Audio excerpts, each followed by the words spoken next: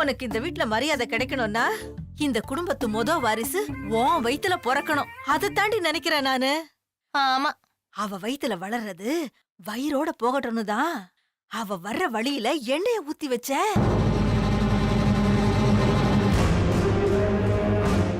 இரு இரு, புரியுது புரியுது, ரொம்ப பழைய சீன் தான். ஆனா ஒர்க் அவுட் ஆகும் நினைச்சேன். ஐயோ அம்மா வலிக்குதே. நல்லா ஒர்க் அவுட் ஆச்சு போ. ஏய் இந்த பாருடி, என் பிளான் எல்லாம் கரெக்ட் தான். நான் நினைச்ச மாதிரி லட்சுமி வந்தா வழுக்குறா. விழுவறதுக்குள்ளார அவ புருஷன் புடிச்சுக்கிட்டான். அம்மா போதுமா, இதோட எல்லாத்தையும் நிறுத்திக்கோ. ஏ, ஒரு தடவை தவறிட்டா அதோட எல்லாம் முடிஞ்சு போச்சுன்னு அர்த்தமா? சும்மா விட்டுற முடியுமா? அம்மா அவ பக்கம் அதிர்ஷ்டம் இருக்குமா, எதுக்கு அனாவசியமா அவகிட்ட போய் நாம மோதணும்? ஐயோ, நான் எல்லாத்தையும் பார்த்துட்டு தான் இப்படி அமைதியா இருக்கேன். விட்டுடுமா. அடி அறிவு கட்டவளே, அவளை அழிக்க நாம 100 தடவை முயற்சி பண்ணா நம்ம கிட்ட இருந்து தப்பிக்கிறதுக்கு அவளுக்கு 100 தடவை அதிர்ஷ்டம் வேணும்ல. ஆனா நமக்கு ஒரே ஒரு தடவை அதிர்ஷ்டம் இருந்தா போதும். நாம விரிச்ச வலையில கண்டிப்பா அவ வந்து விழுவா. அந்த ஒரு தடவை நமக்கு கிடைக்க போற அதிர்ஷ்டத்துக்காக 100 தடவை முயற்சி பண்ணி தாண்டி ஆகணும். இல்ல, எனக்கு புரிஞ்சு போச்சு. கீழே விழுந்ததுல உனக்கு ஏதோ ஆயி போச்சு. கொஞ்ச நேரம் நீ படுத்து ரெஸ்ட் எடு. நான் நல்லா தாண்டி இருக்கிறேன். இந்த வீட்ல இருக்கிறவங்களுக்கு தான் யாருக்கு மரியாதை கொடுக்கணும், யாருக்கு மரியாதை கொடுக்க கூடாதுன்னு ஒண்ணுமே புரியல. அத நான் புரிய வைக்கிறேன்டி. அம்மா உன் மனசு எனக்கு புரியுதுமா. எனக்காக நீ கஷ்டப்பட வேண்டான்னு தான் நான் சொல்றேன். சரிம்மா, நீ போ, நான் பாத்துக்கிறேன். சரி, உனக்கு எது வேணும்னாலும் என்ன கூப்பிடு. அது செய்யறேன் இது செய்யறேன்னு மறுபடியும் கீழே விழுந்து தொலைக்காத என்ன? தேனு, நீ பாத்து போமா. ஐயோ ஐயோ அம்மா, இனிமே குழி வெட்டும் போது அதுல நாமளே விழுந்துராம பாதுகாப்பான தூரத்துல நின்னுக்கணும். இனிமே இப்படி முரட்டுத்தனமா முயற்சி பண்ணக்கூடாதுப்பா.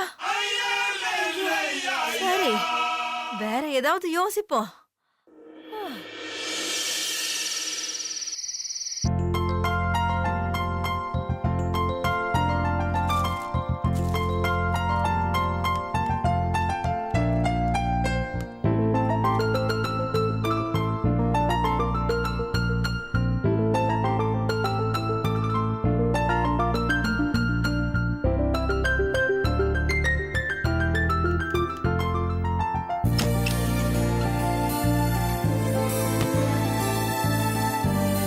சக்தி சக்தி, ஒரு நிமிஷம்.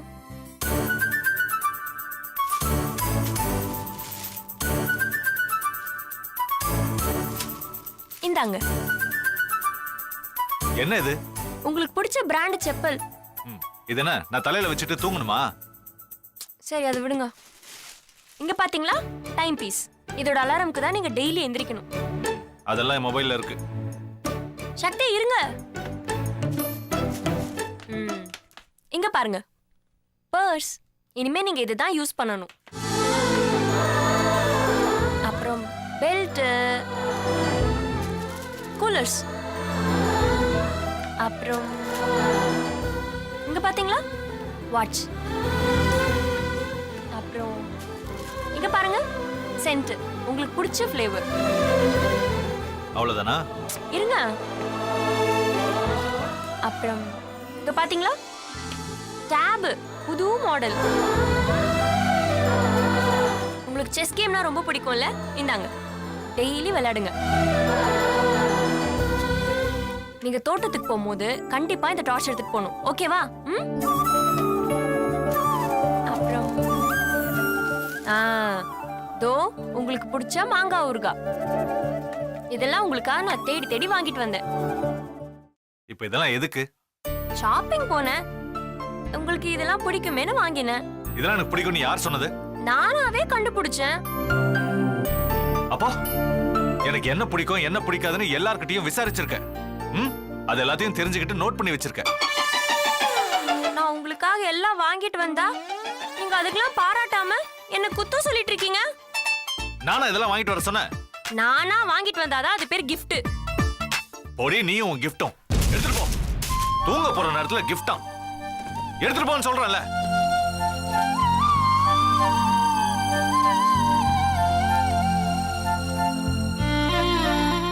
வாரமா ஒவ்வொரு கடையா ஏறி இறங்கி ஒவ்வொன்னா தேடி தேடி வாங்கிட்டு வந்தேன். ஒரே நிமிஷத்துல வேணான்னு உதறிட்டீங்கல்ல. உங்களுக்குலாம் அன்புனா என்னன்னு தெரியாது, காதல்னா என்னன்னு தெரியாது, பொண்டாட்டினா என்னன்னே தெரியாது, ஒரு பொண்ணு மனச புரிஞ்சுக்கவும் தெரியாது. நான் ஒரு முட்டாளை கட்டிக்கிட்டு அதுகிட்ட கருணை எதிர்பார்க்கிறேன் பாரு, அது ஏன் தப்புதான்.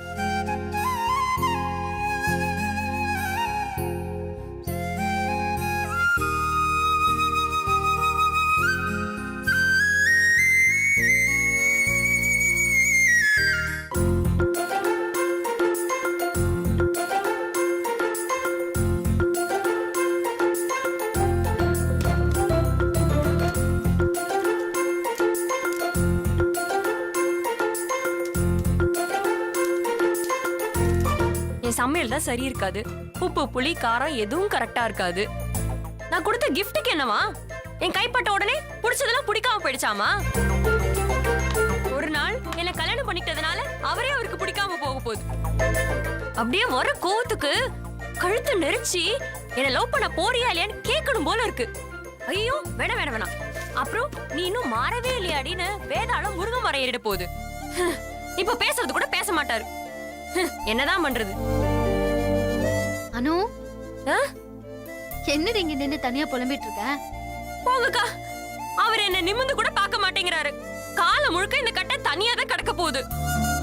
பெரிய மனுஷன் மாதிரி பேசாத. என்ன ஆச்சு சொல்லு.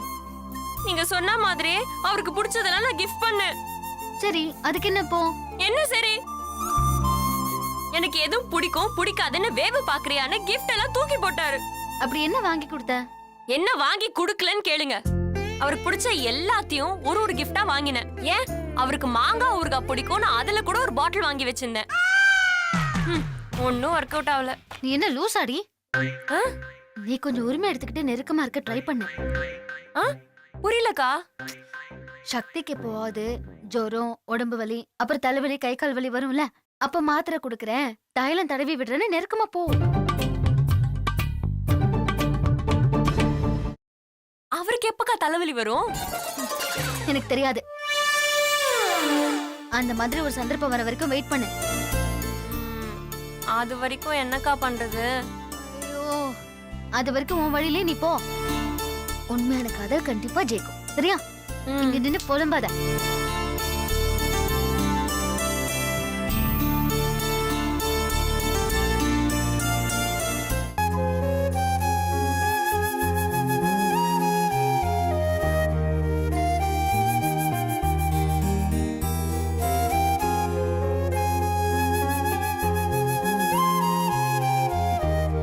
வசந்த், வசந்த்,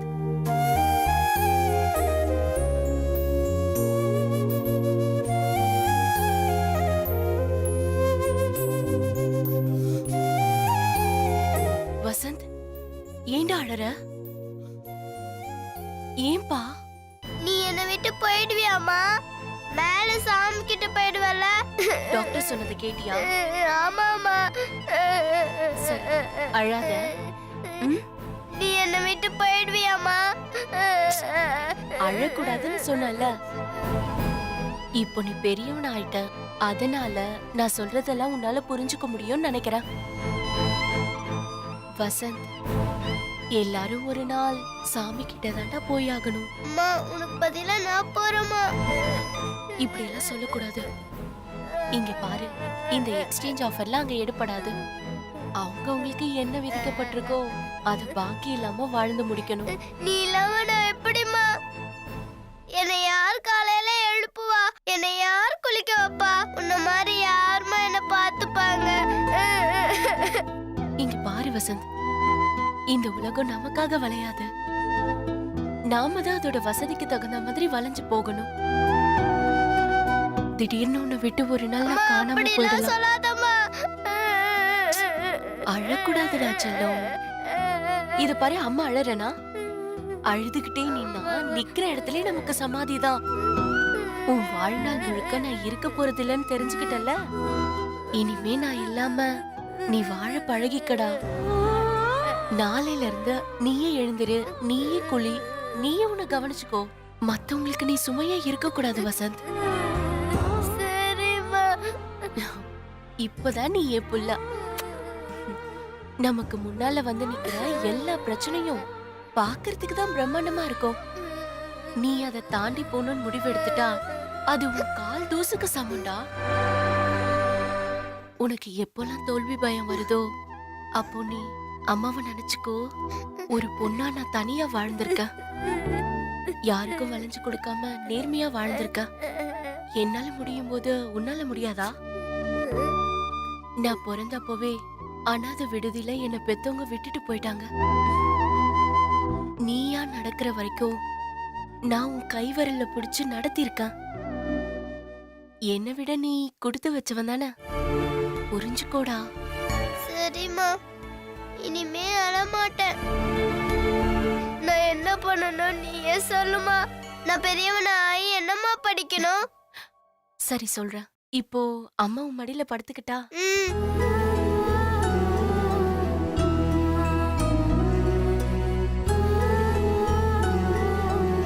வசந்த், நீ நல்லா படிச்சு கலெக்டர் ஆயிடு. அப்புறமா? பெரியவங்க வயசானவங்க எல்லாருக்குமே நீ உதவணும். சரிம்மா. அப்புறம் நீ லஞ்சம் வாங்க கூடாது. நம்மள மாதிரி அனாதைகளுக்கெல்லாம் நல்ல வாழ்க்கையை ஏற்படுத்தி தரணும். அம்மா, மத்தவங்களுக்காகவே கேக்குறியே, உனக்கு என்னம்மா நான் பண்ணணும்? எனக்கா? உன்னால அம்மாக்காக எதுவும் பண்ண முடியாதுடா. எனக்கு எந்த ஆசையும் இல்ல. உனக்கு ஒரு ஆசை கூட இல்ல? எனக்கு ஒரே ஒரு ஆசை இருக்கு. நான் செத்ததுக்கு அப்புறம் என் அனாதையா எரிக்காம என் பொண்ணத்துக்கு அவரு கொல்லி வைக்கணும்னு நினைக்கிறேன்டா. உங்க அப்பா அதெல்லாம் செய்ய மாட்டாரு. விடு அம்மா, அத நான் செய்ய வைக்கிறேம்மா. வசந்த், மத்தவங்களை கஷ்டப்படுத்த கூடாதுன்னு இப்பதானே சொன்னேன். அவருக்கு கஷ்டமா இருந்தா நீ அதை கூட செய்யக்கூடாது, புரியுதா? சரிம்மா.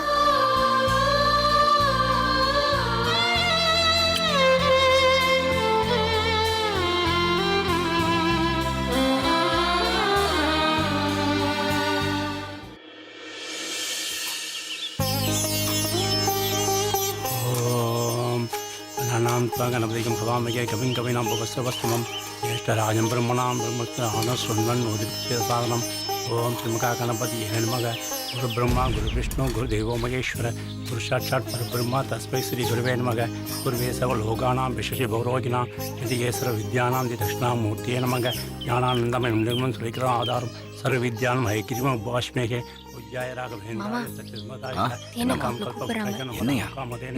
தென்மொழி கூப்பிட்டியா? என்ன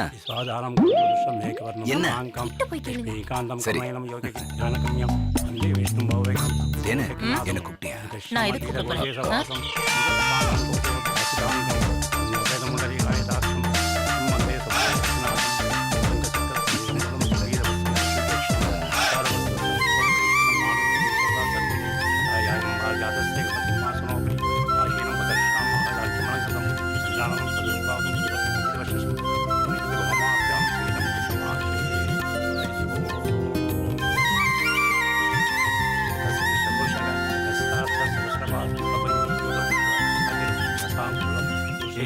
பாக்குறதுன்னு அப்படி போய் பார்க்க வேண்டியதானே? இல்லங்க, எனக்கு இங்கிருந்து பார்க்க தான் வசதியா இருக்கு. எனக்கு சங்கடமா இருக்கு.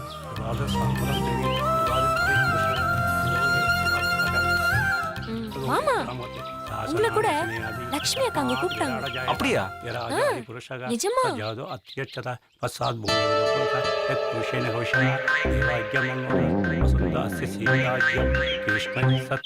பூஜையில உனக்கு தாண்டி உரிமை இருக்கு. விட்டுடாத. குடும்பத்துக்கு மூத்த மருமக நீதான். ஆமா ஆமா.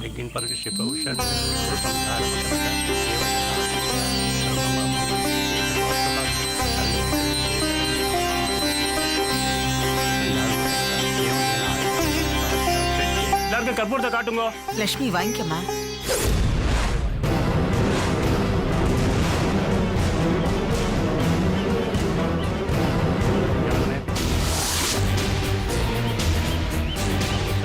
லட்சுமி கற்பூரத்தை காட்டுமா.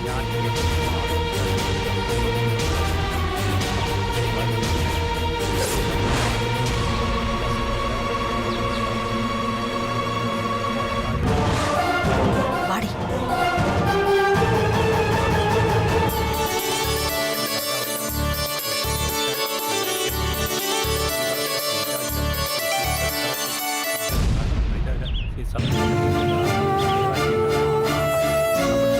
அக்கா எங்க? அனி இப்பதான் 2 பேரும் வெளியே போனாங்க, ஏதாவது வேலையா போயிருப்பாங்க.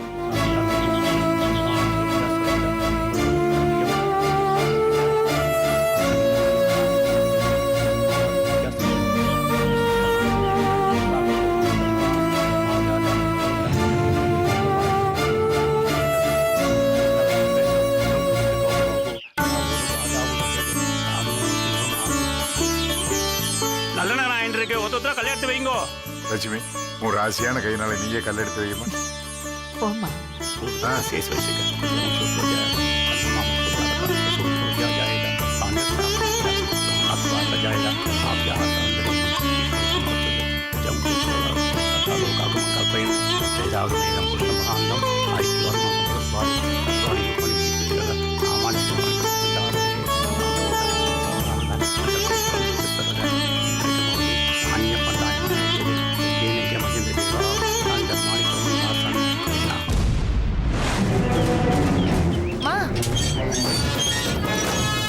மா என்னம்மா? ஓ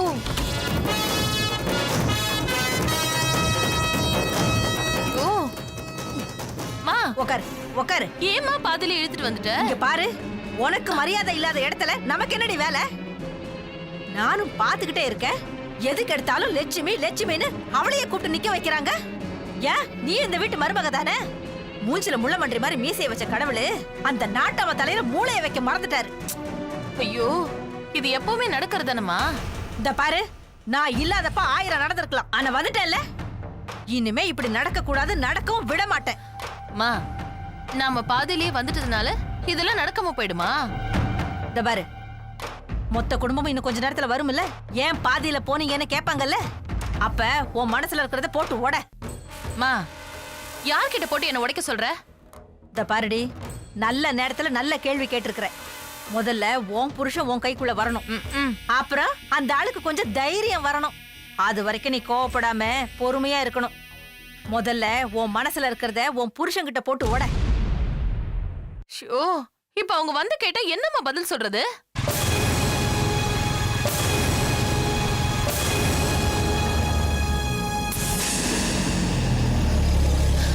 ஐயோ அம்மா, அவங்க இரு, வந்துட்டாங்க. இரு, ஏன் பதட்டப்படுற?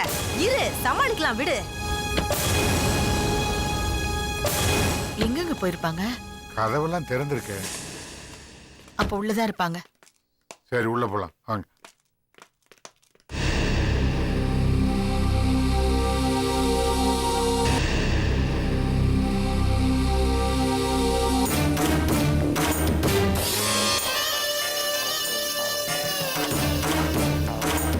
என்னம்மா 2 பேரும் பாதியிலே கிளம்பி வந்துட்டீங்க?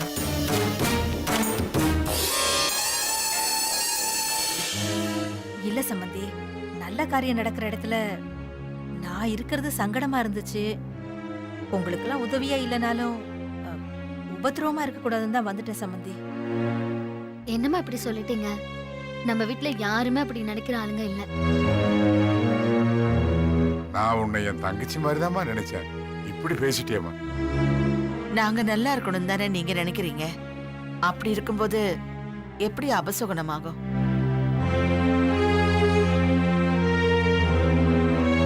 அண்ணே, அவங்க தான் ஏதோ நம்மள தப்பா நினைச்சிட்டு விலகி போனாங்கன்னா நீங்களும் அவங்க கூட வந்துடுறதா?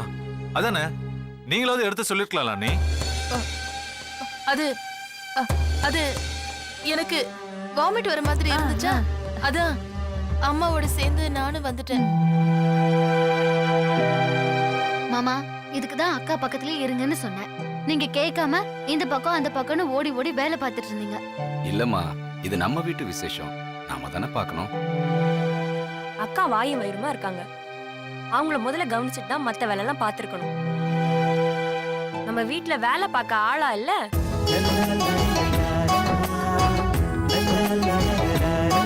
நான் நான் ஏதோ சும்மா தண்டத்துக்கு நின்னுட்டு இருந்த மாதிரி என்ன குத்தி காட்டுறியா? டேய் ஏன்டா கோவப்படுற? நான் தான் பார்த்தனே, நீ உன் பொண்டாட்டி பக்கத்துல இருந்து அப்படியே பார்த்துக்கிட்டே நின்னுட்டு இருந்த. அண்ணே, அனுஷ்கா பக்கத்துல இருந்தா அக்கம் பக்கத்துல என்ன நடக்குதுன்னு உனக்கு தெரியாதுல்ல?